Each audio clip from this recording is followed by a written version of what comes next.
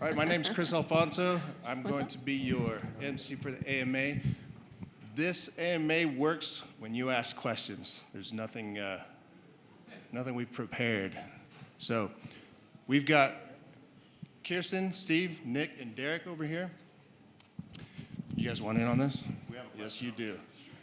Okay, so we've got folks from engineering and from our product management group in our business unit, and we're here to answer any questions you might have. Thank you. Raise your hand, we'll bring you a microphone. Appreciate it. Got a mic. Question about hosted control planes. Can you import an existing control plane into a hosted control plane environment? Derek, do you want this one? I saw you looking. So just make sure I hear the question. Take an existing standalone cluster deployment and migrate it to a hosted control plane form factor.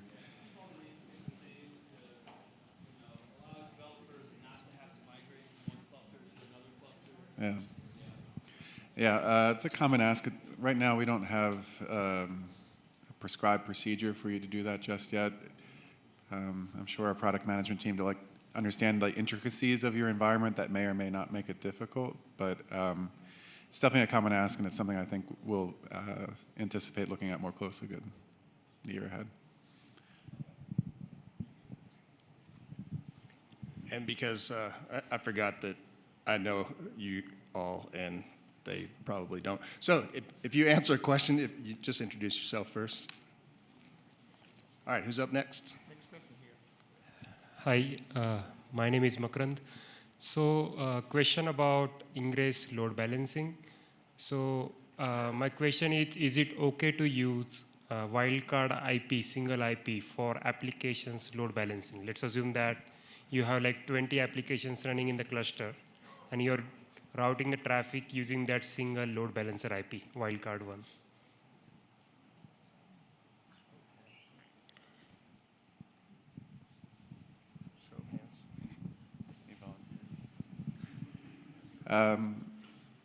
Yeah, I'm Derek, and I guess I'll introduce myself. I'm the lead architect for OpenShift products and services.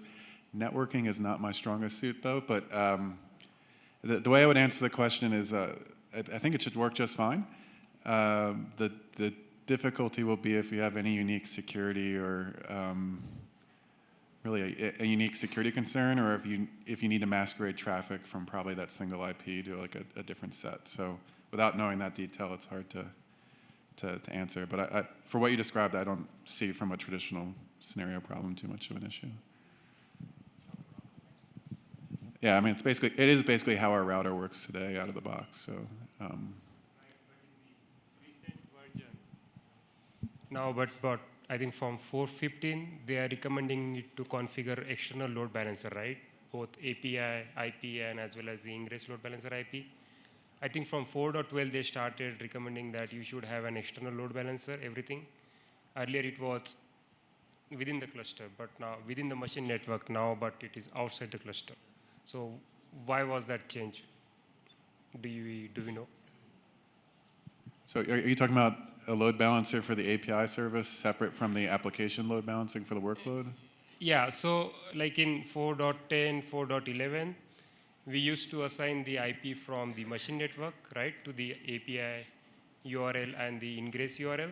But now from 4.12, I think they are saying that you should configure on the external load balancer. But why? Means there is no real, clear explanation in the documentation. But I just want to understand, because does it contribute to latency for the applications? No, I mean, I think the typical why from that goes back to like the security answer I'd have, which is like some folks that want to take a very security conscious deployment posture want to have a very strong separation of what you classify management from workload. And so having a separate load balancer for like the management plane of the API server gives you dedicated IP, gives you a dedicated input, dedicated known set of good actors who can go through that. And it's really just an out-of-the-box security posture improvement. And then your workload you're deploying to that cluster, if you have multiple sets of workloads that are fine having a shared ingress, I don't see an issue. All right, thank you. All right, go ahead. Yeah, Jim Oliver from AT&T. We heard earlier today about the partnership or coordination going on between Dell and Red Hat with their Apex solution. Is Red Hat partnering with any other hardware manufacturer to produce a similar solution like HPE, for instance? Do you want to take this one? Hi, Kirsten, Newcomer, Security Product Management. Yes, we do have another partnership. I don't know if it's as deep, but I have seen it referenced. I don't know if anybody on stage has more detail. If not, I'll look it up because I know it's been mentioned in slides. So I'll look it up while we take additional questions. Hey, this is Purnima. My question is around the serverless and the Knative feature. So we have service mesh and the serverless Knative operator as well. So my challenge is whenever we do a POC, it works perfectly with a couple of microservices. But if I want to put this in production, I definitely see an issue with the stability. So even the documentation, it's pretty straightforward. It doesn't really explain like what are the customization or what are the things, best practice I need to follow to make it more stable in production. So is there anything Red Hat doing with respect to the serverless and Knative features?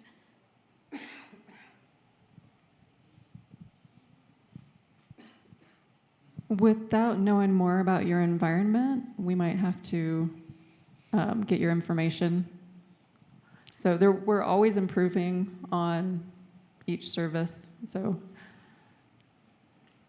sorry, that was a non-answer. I mean, I don't know if you're doing like scale from zero or you're scaling. Scale from zero, yep. Yeah. So, yeah, I think back to what Karina was saying there, some more details would be helpful. I mean, I could see scale from zero being slower, more latent than, scale from one to n, but I don't know what your event sync is and that other stuff. The more issues with respect to ingress. Basically, we are running Red Hat Service Mesh as well in the same cluster. So whenever I deploy a new serverless application, mostly it creates the virtual service and the route automatically, right? So that is not really happening after I deploy a few services. And again, the error is not really clear, and we are really trying to understand like what is the root cause without any documentation. So there's a session later in Summit, What's Next for Application Delivery on OpenShift. The folks who can help answer those questions will be in that session. I'm going to have to find out when it is, but if you can look in the agenda for what's next, it's B01262. Okay, thank you. Hi, Naz Najir, IBM. I have a question about OpenShift virtualization. Specifically the persistent storage that you attach to your VMs, and snapshot capabilities, change block tracking. Really, what is the roadmap there for being able to capture differential kind of backups in VMs from one snapshot to the other? Okay, I'll do my best. I'm Peter Lauterbach. I'm one of the product managers on the team here for OpenShift virtualization. Also joined by Fabian. I may throw it to you in a second. Very quickly, VMs on OpenShift use the CSI paradigm. So there's snapshot capabilities in there. There's cloning capabilities in there. The one thing that is actually not quite there yet is incremental backup or change block tracking. There is an upstream KEP. I want to say 438, but I don't think that's right. That's actually being driven and sponsored by our friends over at Kirsten to add that capability into the CSI layer. And at that point, any storage vendor, which at this point is like all of them, where you say, hey, I have 2 snapshots in my cluster, now just give me the deltas, we'll be able to extract that data. There are other products today. The only one that I'm aware of is Trilio, who actually does incremental backup, but they actually use an entirely different technology. So I'm not here to sell their product, but if you want to go talk to them in the vendor booth, they may be able to shed some light on that capability. So with OpenShift 4.15, they remove the long-lived credentials for service accounts by default and disrecommends the use of them. With this change, what are the plans for providing a multi-cluster authentication solution for service account to service account communication?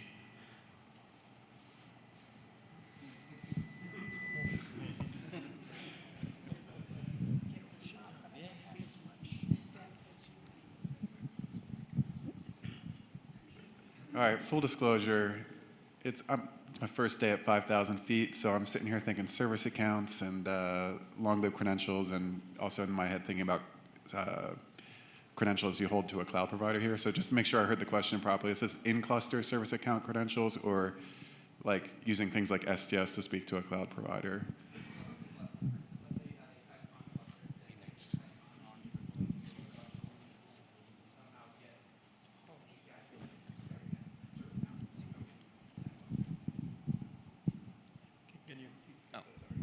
Let's say you have a dedicated Tecton cluster for your pipelines. It has to deploy into cluster B. It needs to have a credential to talk to cluster B. Okay, so it's a cross-cluster credential account, like a service account on cluster A talking to a... Similar to STF, similar to Google Identity Federation, but you're federating cluster to cluster, not cluster to cloud. There was something in ACM that we were looking at for this, and my brain is escaping at the moment. So one of the things we've been working on is bring your own OAuth provider, which should enable you to have kind of some federated identity and management of tokens. But it may also be, if you want to come up afterwards, I'll take a picture of your badge. I'll get you connected with the person on my team who's working in this space. Okay? Hello, Jonathan. Yeah. First, I would like really say I really appreciate this event, OpenShift Commons. It's a really great event and well organized. And all the talks are really interesting. I've been in a different event from Red Hat for years. I really appreciate the link you're doing between community and product. I close that. Talking about project and community, now many things happen in the Kubernetes ecosystem. I just would like to understand how you're managing this complexity as a team. On everything's coming, and how many you are, how you organize yourself, and so on. Yeah, great question. Chris Wright talked a little bit about this this morning, opening up, and one of the things I liked he said was there's no OKR, there's no kind of, like as managers, we're not kind of looking over people's shoulders telling them to go upstream. This is what we do, this is what our engineers are doing. They're working upstream every day and having those conversations.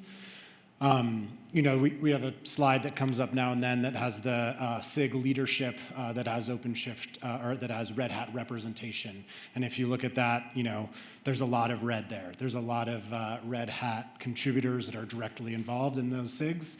And I think that's kind of one way where we really kind of stay involved in the community, and that's some of our senior-most engineers, and also kind of engineers in their first weeks at Red Hat, kind of getting involved and integrated into that process.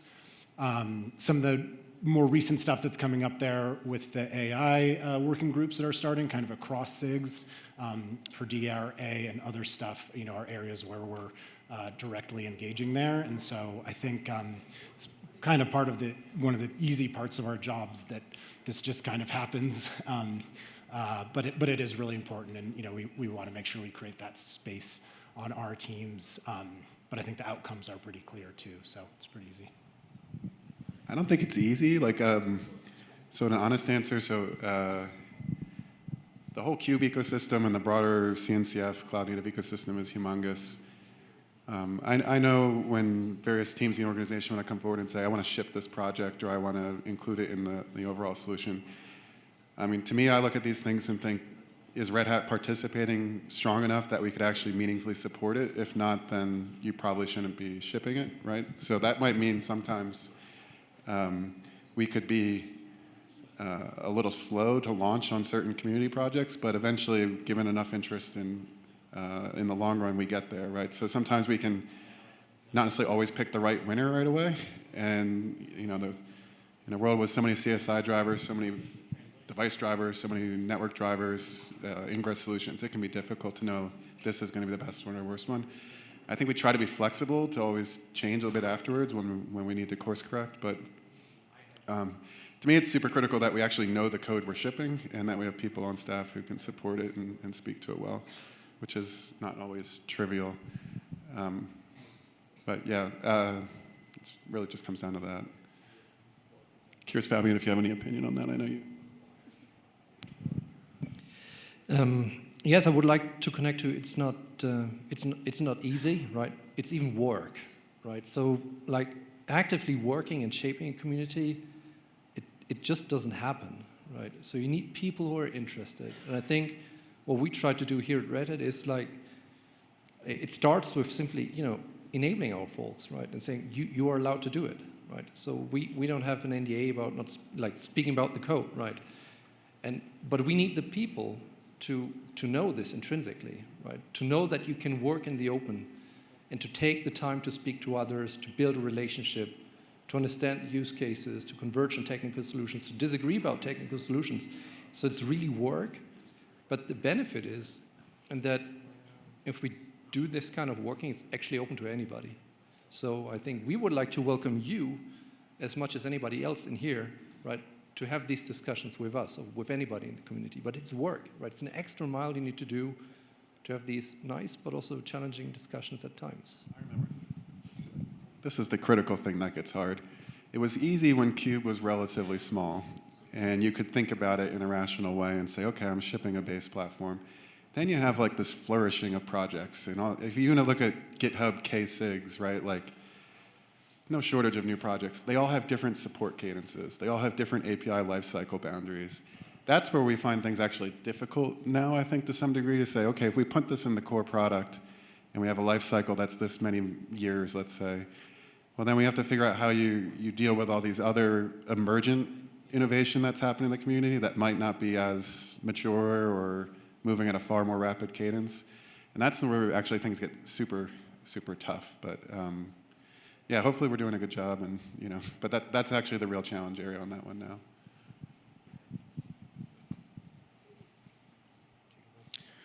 Can something be done to allow administrators to have the capability to configure error image pool timeouts or retries during cluster upgrades such that any failures are gracefully recovered? Okay, so you're upgrading a cluster and your pods are all being restarted, and I'm assuming you're getting some errors on trying to repull latest images or something, and then you have long back-off periods? Is that what you want to customize the back-off period?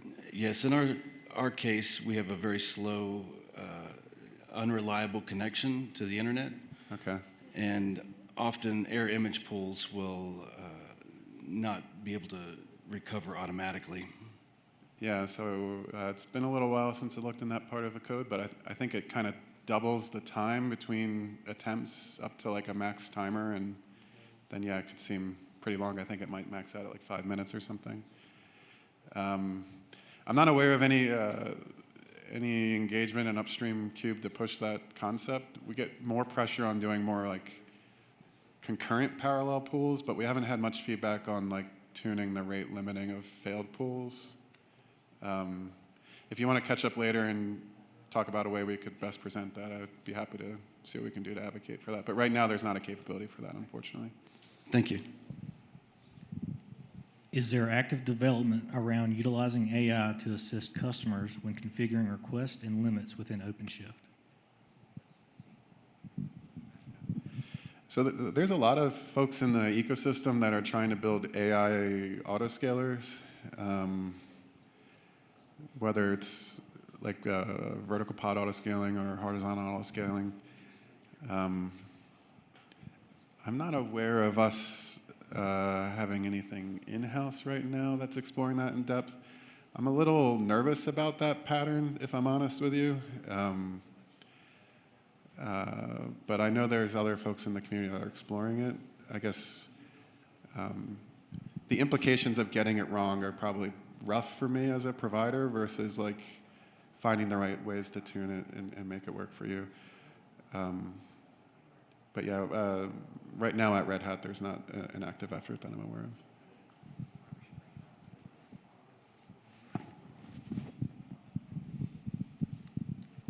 Question about hosted control planes. So, is there any plans you enhanced hosted control planes so that they being on separate clusters and not hosting on, let's say, 3 separate namespaces on a single cluster? Just asking because I don't want the single cluster hosting my, let's say, 3 instances host and control plane components to be a single failure domain. Just make sure I understand that. So you want to... Yeah. Today, I want my hosted control planes to be placed on 3 separate infrastructure clusters so that when one of them is down for the maintenance, my cluster to be up and running. Yeah. So right now, you know, if everything is one cluster, it's good for the maintenance. You know, everything is down. Yeah, I understand. So today that capability is not there. So for folks who might not be as familiar with that, today if you want to deploy a hosted control plane of OpenShift onto a management cluster, we typically would call it, we treat that like a normal workload, which means if you want high availability, you typically would distribute them across zones in your cluster. We've had some customers ask to maybe where they have difficulty having failure domains within a single cluster boundary, but they can have failure domains across multiple cluster boundaries easier, ask us for that. It's not something that we were looking at in the very near term. It's a little complicated. And at the moment, we're more focused on just making sure that within a single management hosting cluster that we get that rock solid at this point. But you're not the first user who's requested that. And typically, maybe follow-on questions we could have later would be just how do you treat failure domains inside that cluster today for those apps? Or I'm going to assume you might deploy those apps across multiple clusters. But either way, if you want to talk in more detail, I can see if I got some ideas. And just if you want me, really quick second question, it's about the way we manage configuration on the Red Hat CoreOS level, in machine config. So we know that right now there are kind of changes in the config, machine config. When initiated, they don't trigger the nodes reboots. But there's a bunch of stuffs which are still there, like, I want to refresh my cryo certs, and this require, trigger the node reboots of all, while, if I just manually do it, I will just refresh on the CoreOS and restart cryo, and it will work fine. So my question is, are you working in this direction? What machine config is doesn't require node reboots? Yeah. So I would rather fix that problem for you, actually, if that's the core issue, than try to support deploying hosted control planes across multiple management clusters. I think you'll hear some things even during the summit week this week where we're trying to make changes via the machine config apparatus in OpenShift more atomic so that you can roll out a change and undo it. And as a part of that, we want to be able to minimize reboots. But if there's a particular part of the file system you're augmenting that you would or would not want to have a reboot on, I'd much rather explore that with you than go deep on a more exotic hosting control plane topology. I do apologize if the question came up many times already, but I have a customer who is basically trying to bring Loki into production. Unfortunately, he doesn't have any S3 storage right now. And we would need a support exception for that we can officially take it into production. I know there are processes, we're trying to work them since January, but maybe you can give me an update on the current state on that.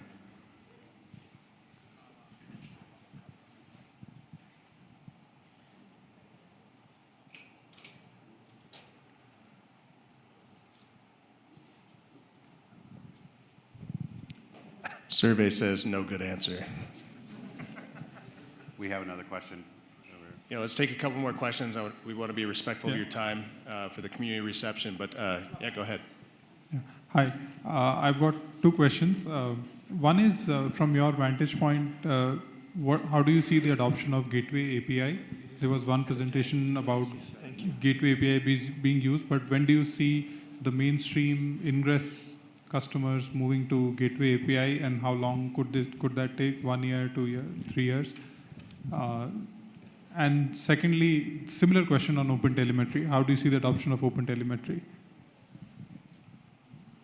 I may have to hand off to someone else for OpenTelemetry, but I talk with Mark Curry a fair amount on networking.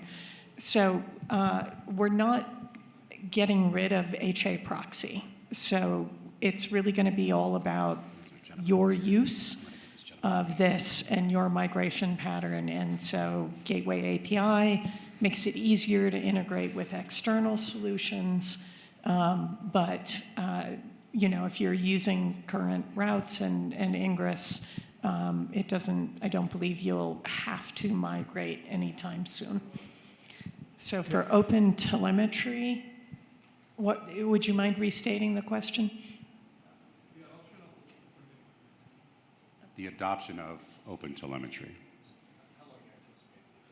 Oh, those are hard anticipations, hard questions to answer. I will say that one thing I've observed is that, you know, we're seeing partners already using OpenTelemetry. So it's a very similar kind of thing where this opens up the ecosystem in new ways, makes it easier to connect with other solutions that are using OpenTelemetry. But in terms of predicting the timeline, I really can't say. Can I ask, you want to add? Yeah, I would just say, like, we wanted to get folks off of route for Ingress for years. And people still use routes. We still use routes in the platform. Same thing with Prometheus and OpenTelemetry, right? Like, that transition is going to be long because people were still just kind of figuring out how to do their observability story using Prometheus and the scraping and the things that go on there, right? So these are going to have longer runways. What I would say is our commitment to Gateway API and OTel is strategic. That's where we're going. So however long it takes our customers to get there, right, we'll support routes and ingress and whatever, however long it takes y'all to get there. But the same thing for scraping versus the OTel stuff, right? We'll support those things as long as our customers need them. But that's where our energy's going, and those are the upstreams where we're kind of, you know, congregating. So that's where it's going to be. I may just add, Kirsten, the Indigo session that was all about OpenTelemetry and Vincent Caldera, he is here. I can connect you with him to follow up if you want. There was one question about partnerships similar to Dell. You're still here. So I don't know if these are going to actually fit exactly what you were looking for, but HPE GreenLake, also IBM Fusion. So GreenLake is not an appliance, right? That's a managed service. But there are a range of things we're doing, and if there's a particular use case you have in mind, just come on up after. Okay, I have, so this one is about the internal certificates of OpenShift. They get renewed by them, well, you used to be able to renew them, and you can still do it if you plan a full stop or a full recycle of all of them, and then you do it whenever you plan to do it, whenever is your window. Another option is to let OpenShift do it, and it's got a mechanism that will find a right moment after half of the length of the certificates, and it will do it by itself. So you obviously have baked in all the capability to do that. Are there any plans to expose some configuration capabilities so that we can decide when not to do it, or when it's better to do it? I'm not saying delay 3 months or whatever, but just please don't do it on a Monday at 10 a.m. when it's rush hour for me, because, I mean, personally, it's caused an impact on a production environment once, and I would like to find a way to let it do it by itself. It's a lovely functionality, but please let me tell you when not to do it at least, or just want you to do it maybe on a weekend or on Sunday or something like that. Do you have any plans for that? Or it's a good request. I would say you can certainly use ACM to monitor when the platform certs are going to be expiring. You can do other things to do that as well. And as you probably already know, you can delete them in order to get them regenerated. But I'll take that request back to the team, unless, Derek, you're aware of anything else. Just to complete what you're just saying, we have controls on when they're expiring, and we used to have all the mechanism internally to start changing them whenever we decided to. I would prefer the automation built in to do it. Yeah. But I would prefer to do it. One of the things, when you have a platform that's always reconciling, it's pretty easy for engineers to just think, well, it's a controller, just let it keep doing it whenever it has to do it, and we'll get it done. We are exploring more stuff to try to introduce maintenance windows into like the product definition itself, so that you could say, don't do maintenance during these windows of time.